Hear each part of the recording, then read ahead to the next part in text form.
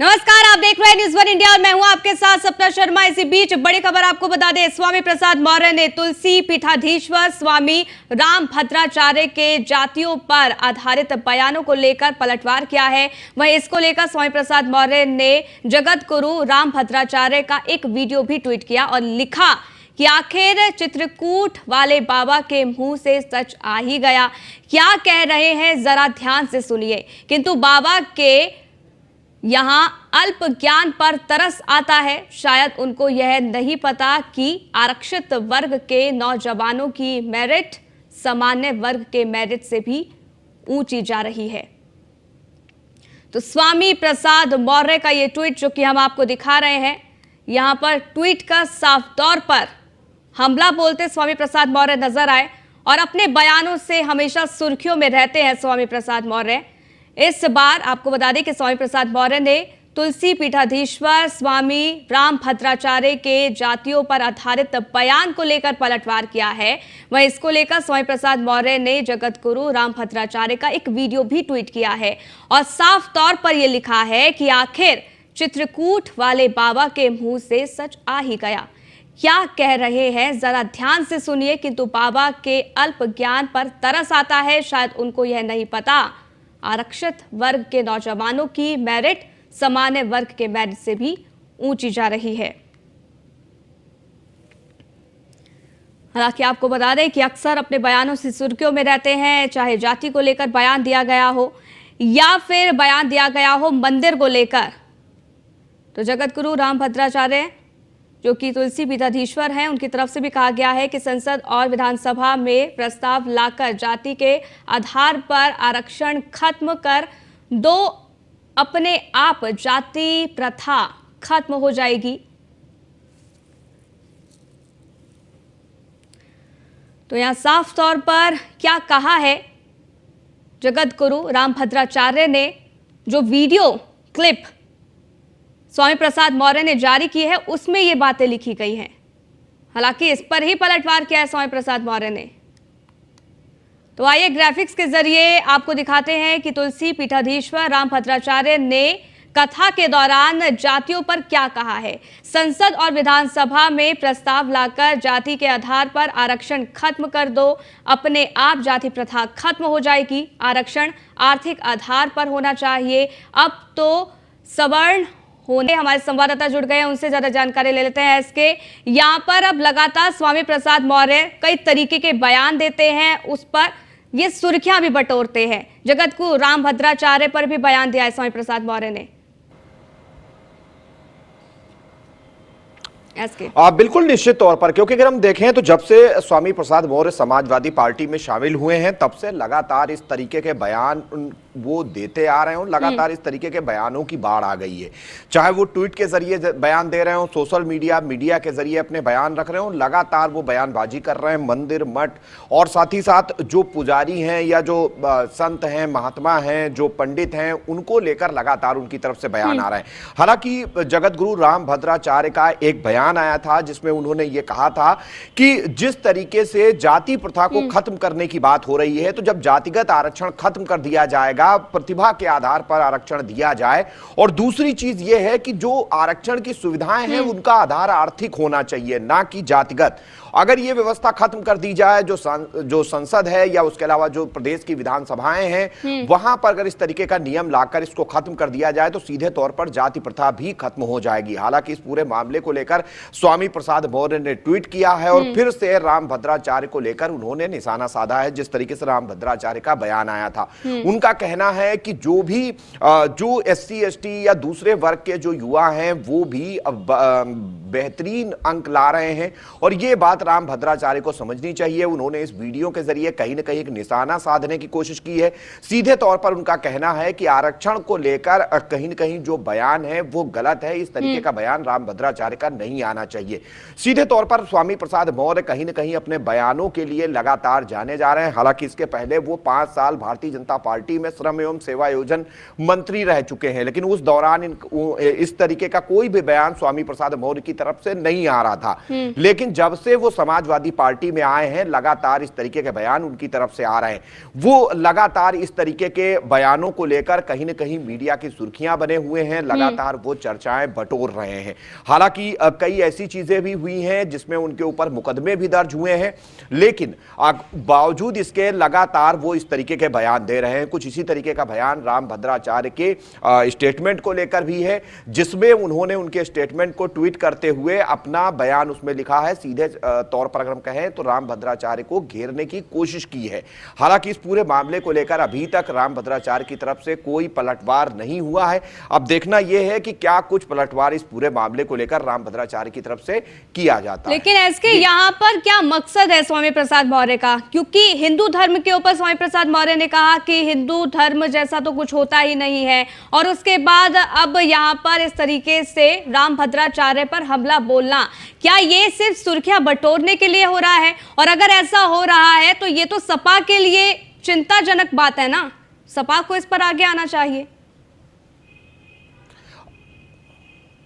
बिल्कुल, जिस तरीके से लगातार स्वामी प्रसाद मौर्य के काफी लंबे समय से 2022 के विधानसभा चुनाव के बाद से ही बयान आ रहे हैं और सीधे तौर पर सपा सुप्रीमो अखिलेश यादव इस पूरे मामले पर चुप हैं। हालांकि उनको पार्टी की राष्ट्रीय कार्यकारिणी में राष्ट्रीय महासचिव भी बनाया गया है, तो सीधे तौर पर कहीं ना कहीं समाजवादी पार्टी चाहती है कि स्वामी प्रसाद मौर्य इस तरीके के बयान देते रहे। और वजह भी स्पष्ट है कि 2024 का लोकसभा चुनाव होना है, उसके पहले जो दलित वर्ग है उसको स्वामी प्रसाद मौर्य के जरिए समाजवादी पार्टी साधने की कोशिश कर रही। यही एक वजह है कि उनके इस तरीके के बयानों पर समाजवादी पार्टी ने चुप्पी साध रखी है। ना तो समाजवादी पार्टी अध्यक्ष अखिलेश यादव उनके बयानों को लेकर कुछ बोल रहे हैं, और ना ही पार्टी के किसी भी बड़े नेता की तरफ से स्वामी प्रसाद मौर्य के बयानों को लेकर कोई चीज आ रही है।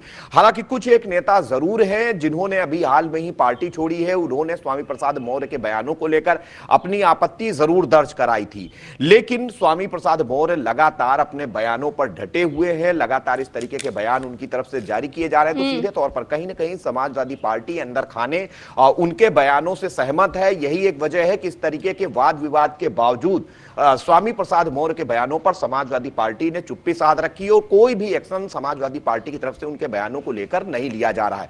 चाहे वो रामचरितमानस को लेकर उनका बयान रहा हो, या मठ मंदिरों को लेकर उनका बयान रहा हो, या अब जगत गुरु रामभद्राचार्य को लेकर जो टिप्पणी स्वामी प्रसाद मौर्य की तरफ से की गई है। तो ये बहुत सारे सवाल हैं जो लगातार उठ रहे हैं, लेकिन कहीं ना कहीं इनके केंद्र में 2024 का लोकसभा चुनाव है, जिसमें स्वामी प्रसाद मौर्य के जरिए दलित वोटर्स को कहीं ना कहीं साधने की कोशिश समाजवादी पार्टी कर रही। यही वजह है कि उनके बयानों पर चुप्पी साध रखी है। क्योंकि जब ट्वीट किया स्वामी प्रसाद मौर्य ने तो एक वीडियो भी जारी किया रामभद्राचार्य का। क्या इसको लेकर रामभद्राचार्य की कोई प्रतिक्रिया सामने आई है एसके? चूंकि रामभद्राचार्य ने एक कार्यक्रम के दौरान ये बातें कही थी कि जो आरक्षण का आधार है वो आर्थिक होना चाहिए। जब जातिगत आरक्षण खत्म होगा तो जाति प्रथा भी अपने आप खत्म हो जाएगी। और सीधे तौर पर जो भी ऐसे युवा हैं जिनको आरक्षण की जरूरत है, उनको आर्थिक तौर पर मदद दी जानी चाहिए, ऐसा रामभद्राचार्य ने कहा था। और सीधे तौर पर उनका कहना था कि जो जनरल कैटेगरी के युवा हैं या ब्राह्मण कुल में जन्म ले रहे हैं, वो अगर ज्यादा अंक भी लाते हैं तो उनको जो विभिन्न सेवाएं हैं उनका लाभ नहीं मिल पा रहा, जबकि कुछ वर्ग विशेष के लोग आरक्षण के बलबूते आगे बढ़ रहे हैं, जिसको लेकर स्वामी प्रसाद मौर्य ने यह ट्वीट किया है। अब देखना यह होगा कि इस ट्वीट के बाद क्या कुछ बयान आता है। हालांकि रामभद्राचार्य ये अभी इस पर कुछ अपना प्रतिक्रिया नहीं दे रहे हैं। ये पहले का उनका बयान है जिस पर स्वामी प्रसाद मौर्य ने ट्वीट के जरिए निशाना साधने की कोशिश की है।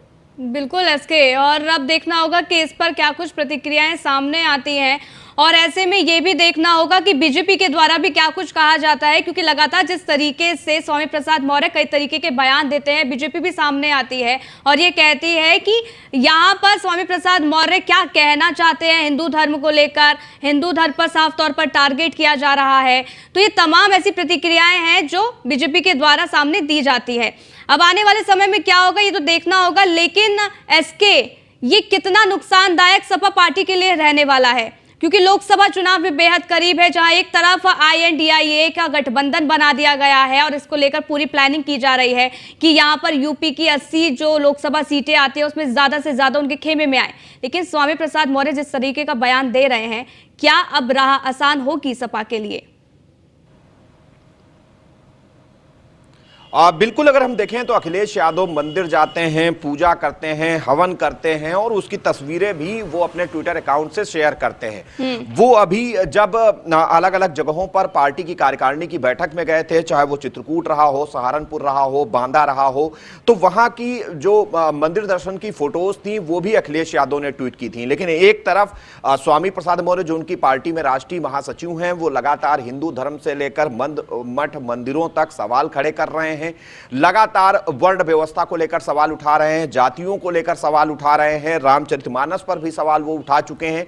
सीधे तौर पर तो कहीं ना कहीं उस पर कुछ ना बोलना अखिलेश यादव का यह साफ है कि 2024 को लेकर समाजवादी पार्टी की रणनीति है कि स्वामी प्रसाद मौर्य के जरिए दलित वोटर जो कि बीएसपी से धीरे धीरे कट रहा है उसको साथ जोड़ने की कोशिश की जाए। यही एक वजह है कि स्वामी प्रसाद मौर्य की तरफ से लगातार इस तरीके के बयान आ रहे हैं। सवाल स्वामी प्रसाद मौर्य पर भी खड़े हो रहे हैं क्योंकि उनकी खुद की बेटी संघमित्रा मौर्य भारतीय जनता पार्टी के टिकट पर सांसद हैं और सबसे बड़ी बात यह है कि खुद स्वामी प्रसाद मौर्य इस तरीके के बयान दे रहे हैं जबकि उनकी बेटी भारतीय जनता पार्टी के साथ हैं और अभी तक उन्होंने भारतीय जनता पार्टी की सदस्यता से इस्तीफा नहीं दिया। जब हमने उत्तर प्रदेश के कैबिनेट मंत्री इस पूरे मामले पर कैबिनेट मंत्री जो हैं संजय निषाद उनसे बात की थी तो उनका कहना था कि स्वामी प्रसाद मौर्य को बताना चाहिए कि अगर वो हिंदू धर्म में विश्वास नहीं करते हैं तो जब वो एजुकेशन लेने गए थे उस दौरान अपनी जाति तो उन्होंने मौर्य लिखी थी लेकिन धर्म क्या भरा था वो स्वामी प्रसाद मौर्य को क्लियर करना चाहिए। अगर हिंदू धर्म भरा था तो जब हिंदू धर्म है ही नहीं तो आखिर भरा क्यों था। तो ये बहुत सारे सवाल हैं स्वामी प्रसाद मौर्य पर जो खड़े होते हैं। हालांकि बसपा सरकार में बिल्कुल और अब कहीं ना कहीं बीजेपी इसको लेकर भी चलेगी। जब लोकसभा चुनाव के लिए प्रचार प्रसार किया जाएगा तो यहाँ पर स्वामी प्रसाद मौर्य के तमाम बयानों को भी लाया जाएगा और ये कहा जाएगा कि सपा की ही ये कहीं ना कहीं चाल है। हालांकि देखना होगा बाकी किस तरीके से प्रतिक्रियाएं सामने आती हैं। बहुत बहुत शुक्रिया इसके हमारे साथ जुड़ने के लिए, जानकारी हम तक साझा करने के लिए। रुकते एक छोटे से ब्रेक के लिए, जल्द हाजिर होंगे। देखते रहिए न्यूज़ वन इंडिया। ब्रेक के बाद आपका स्वागत है। आगे बढ़ते हैं। बलरामपुर के अपने 2 दिवसीय दौरे पर सीएम योगी आदित्यनाथ देवीपाटन मंदिर में सीएम योगी आदित्यनाथ ने रात्रि विश्राम किया। सीएम योगी के मंदिर में पूजा अर्चना की जो तस्वीरें हैं वो भी सामने आई हैं। देवीपाटन मंदिर में मुख्यमंत्री ने रुद्राभिषेक किया है, पूजा अर्चना कर गायों को गुड़ भी खिलाया है, साथ ही साथ चना भी खिलाया। साथ ही साथ आज आपको बता दें कि मंदिर में भंडारे के कार्यक्रम में शामिल होंगे मुख्यमंत्री। सौरभ हमारे संवाददाता जुड़ गए हैं, उनसे ज्यादा जानकारी ले लेते हैं। सौरभ, मुख्यमंत्री योगी आदित्यनाथ का आगे का क्या कुछ दौरा रहने वाला है? आज बलरामपुर के दौरे का दूसरा दिन है। जी, जैसे कि आज सुबह मुख्यमंत्री योगी आदित्यनाथ ने पूजा अर्चना की, रुद्राभिषेक किया, गायों को चारा खिलाया, जनप्रतिनिधियों से मुलाकात की, बलरामपुर जनपद के संभ्रांत लोगों से मुलाकात की, थारू समाज के लोगों से मुलाकात की और जो महिला खिलाड़ियां हैं उनसे भी मुलाकात हुई है उनकी। और उसके बाद फिर वो समीक्षा बैठक किए हैं और उसके बाद फिर वो यहाँ से रवाना हो गए। ठीक है, बहुत बहुत शुक्रिया सौरभ हमारे साथ जुड़ने के लिए, जानकारी हम तक साझा करने के लिए।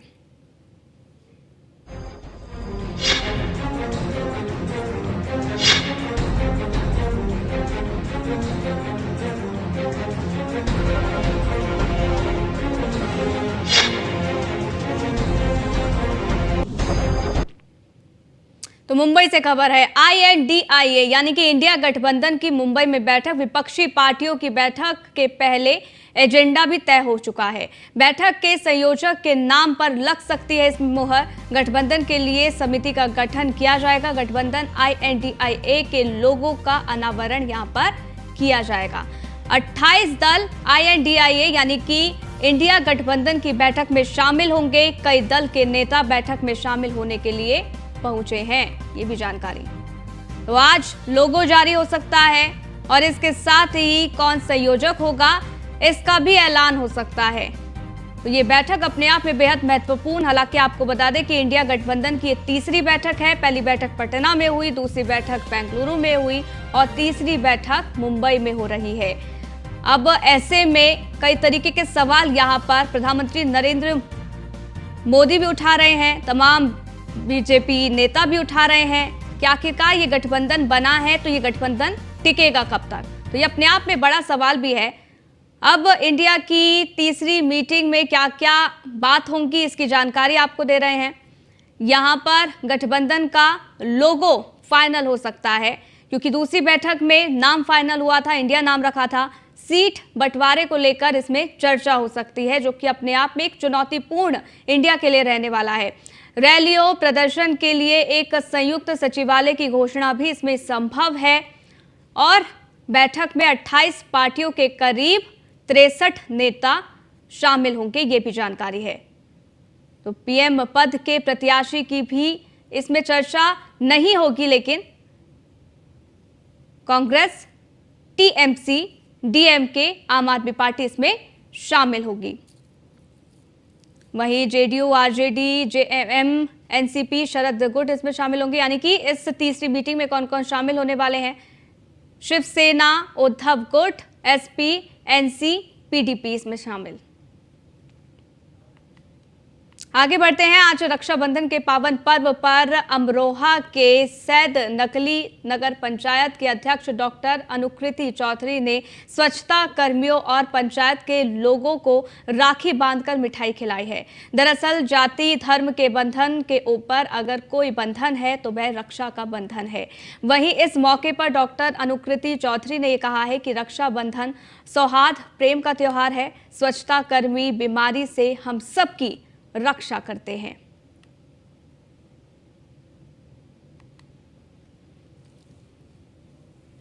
ये तस्वीरें आपको दिखा रहे हैं क्योंकि आज रक्षाबंधन का त्योहार मनाया जा रहा है। ऐसे में जो त्योहार है वो सौहार्द प्रेम का त्योहार है। स्वच्छता कर्मी हमें बीमारी से बचाते हैं। वहीं आगरा से खबर है, जहां जिला कारागार पहुंचे कारागार मंत्री धर्मवीर प्रजापति। भाई बहनों से मिले धर्मवीर प्रजापति। रक्षाबंधन के पर्व पर कारागार मंत्री पहुंचे जिला कारागार। जल्द युवाओं से होगा संवाद, आक्रोशित होकर ना करें अपराध। तो भाई बहनों से मिले हैं धर्मवीर प्रजापति। अब ये तस्वीर सामने आ गई है। तस्वीर आपको दिखा रहे हैं। रक्षाबंधन के पर्व पर कारागार मंत्री पहुंचे जिला कारागार और इस दौरान उन्होंने कहा कि जल्द युवाओं से संवाद होगा, आक्रोशित होकर अपराध ना करें, इसकी भी सलाह उन्होंने दी। तो साफ तौर पर धर्मवीर प्रजापति को आप देख सकते हैं, भाई बहनों से वो मिले, इस दौरान राखी बंधवाई। रक्षाबंधन के पावन पर्व पर कारागार मंत्री जिला कारागार पहुंचे थे और इस दौरान उन्होंने कहा कि जल्द युवाओं से भी संवाद होगा और आक्रोश में आकर किसी भी तरीके का अपराध ना किया जाए, इसकी भी वो सलाह देते नजर आए।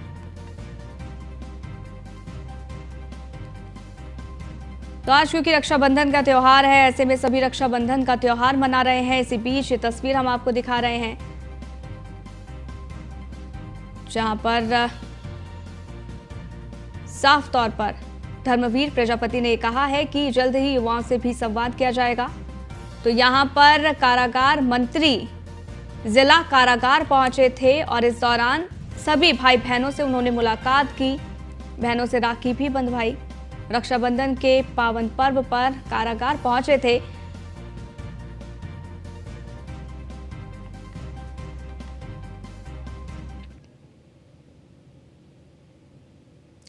वहीं आज रक्षाबंधन के पावन पर्व पर अमरोहा के सैद नकली करते हैं। तो यहाँ पर साफ तौर पर रक्षाबंधन का त्योहार जो है वो मनाया जा रहा है और जगह जगह पर तमाम जो मंत्री हैं वो भी पहुंच रहे हैं, रक्षाबंधन का त्योहार मना रहे हैं, राखी बांध रहे हैं। और इसी बीच ये तस्वीरें हम आपको दिखा रहे हैं। ये तस्वीरें साफ तौर पर सौहार्द का प्रतीक है। आपको बता दें कि आज रक्षाबंधन के पावन पर्व पर अमरोहा के सैद नकली नगर पंचायत की अध्यक्ष डॉक्टर अनुकृति चौधरी ने स्वच्छता कर्मियों और पंचायत के लोगों को राखी बांधकर मिठाई खिलाई। दरअसल जाति धर्म के बंधन के ऊपर अगर कोई बंधन है तो वो रक्षाबंधन है, ये वो कहती नजर आई। वहीं इस मौके पर डॉक्टर अनुकृति चौधरी ने कहा है कि रक्षाबंधन सौहार्द प्रेम का त्योहार है। स्वच्छता कर्मी बीमारी से हम सबकी रक्षा करते हैं।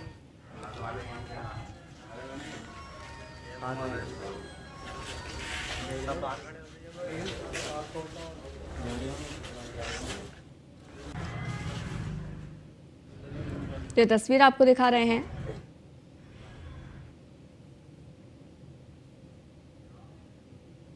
इस बुलेटिन में फिलहाल के लिए बस इतना ही। रुकेंगे एक छोटे से ब्रेक के लिए। देखते रहिए न्यूज़ 1 इंडिया।